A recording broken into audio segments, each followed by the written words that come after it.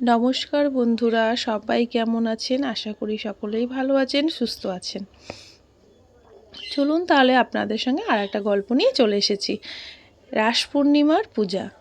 এটা হচ্ছে আমার ঘরে। দেখো, আগেই ভিডিওতে আপনাদের দেখিয়েছেন যে বাপের বাড়িতে রাস পূর্ণিমার পূজার জন্য দাদা কত ফুল নিয়ে এসছে। তার মধ্যে দিয়ে আমাকে খানিকটা ফুল আমি বলেছিলাম আমার জন্য আনতে, তাও এনে দিয়েছিল। আর সেদিন ছিল মাধবীলতা ফুল গোপালকে দেওয়ার দিন, অর্পণ করার দিন।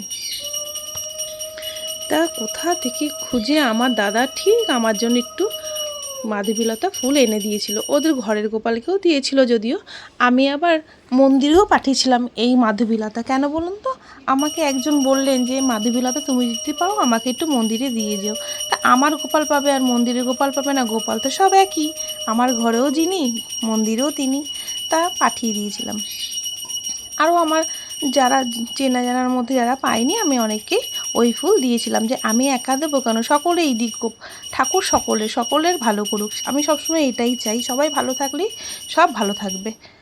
যাই হোক, চলো। তা পূর্ণিমার দিন, রাস পূর্ণিমার দিন আমার ঘরের ঠাকুরকে সুন্দর করে বসে একটু পুজো দিয়ে নিলাম শান্তি মতন। এত মনটা ভালো লাগছিল, একটু পুজোটা দেখবে ভালোভাবে দিতে পারলে না ভীষণ শান্তি লাগে। সেদিন ছিল রাস পূর্ণিমা। খুব মানে বাপের বাড়ি পুজো ছিল, কিন্তু ঘরেরটাও তো দিতে হবে। ঘরের ঠাকুরকে আমি সুন্দর করে গুছিয়ে গাছিয়ে কি সুন্দরভাবে দিয়েছি তোমরা দেখো। আর আমার যেটা ভালো লাগে আমি আগেই বলি, সেটাই আমি আপনাদের সঙ্গে শেয়ার করি, যে আমার ভালো লাগলে নিশ্চয়ই আশা করি আপনাদেরও ভালো লাগবে। আর ঠাকুর পুজো যদি সুন্দরভাবে, ঠাকুর তো কিছু চায় না, একটু ভক্তি আর একটু ফুল দিয়ে সুন্দর করে সাজিয়ে, মানে যার যতটুকু ক্ষমতা, ভগবান তো বলেনি আমাকে এই দাও ওই দাও, কিছুই চায় না। সে শুধু ভক্তি চায়। যাই হোক, জানি না কতটুকু ভক্তি তাকে করতে পারি, ভেতর দিয়ে কতটুকু সে আমার ভক্তিতে সন্তুষ্ট করতে পারি তাকে। আমি যতটুকু পারি চেষ্টা করি। তা চলো, ঘরের ঠাকুরে পুজো দিয়ে নিলাম। আর ফুলগুলো তো দেখেছো, ওই পদ্ম ফুল, জুঁই ফুল, কত রকমের ফুল এনে দিয়েছে দাদা। হ্যাঁ, ভীষণ ভালো লাগছিলো পুজো দিতে। তাহলে তোমাদের সঙ্গে শেয়ার করে নিলাম যে আমার ঘরের ঠাকুরের মন্দিরের পুজো আমার কমপ্লিট। আমি নিজেই পুজো দিয়ে নিলাম। তারপরে রান্নাঘরের দিকে এগোতে হবে, রান্না করতে যেতে হবে। যাই হোক, কি ভালো লাগে না? আমার তো লক্ষ্মী পুজোর দিন লক্ষ্মী পুজো হয়েই গেছিলো। এটা রাস পূর্ণিমার দিন, ওটা অত সুন্দর একটা দিন। তারপরে সেদিনকে মাধবীলতা গোপালকে দেওয়ার দিন, যার জন্য আমি তোমাদের সঙ্গে শেয়ার করলাম যে আমার মন্দিরটা কতটা সুন্দর লাগছে তুমি দেখো। এটা আমার ভোলে বাবা,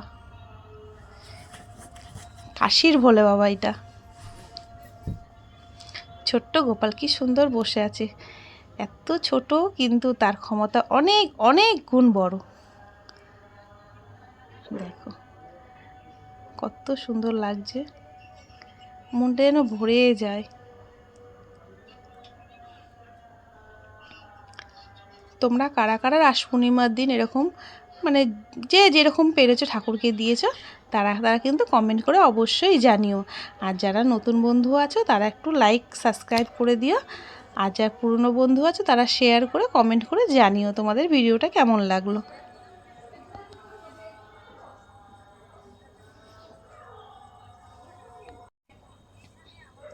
ইনি হচ্ছেন আমার প্রভু, মানে গুরুদেব।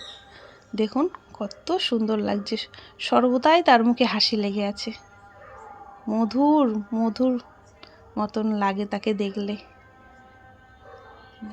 জগন্নাথ, সুভদ্রা, বলরাম, এনাদেরকে আনা আমার পুরী থেকে।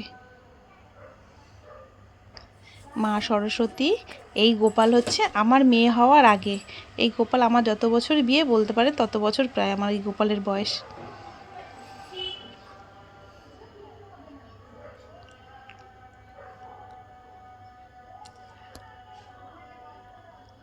ফুলের যা দাম, মনে হয় যে কত সুন্দর করে সাজায়। আগে জানেন তো আমার খুব নেশা ছিল ঘরে একটু ফুল এনে রাখার।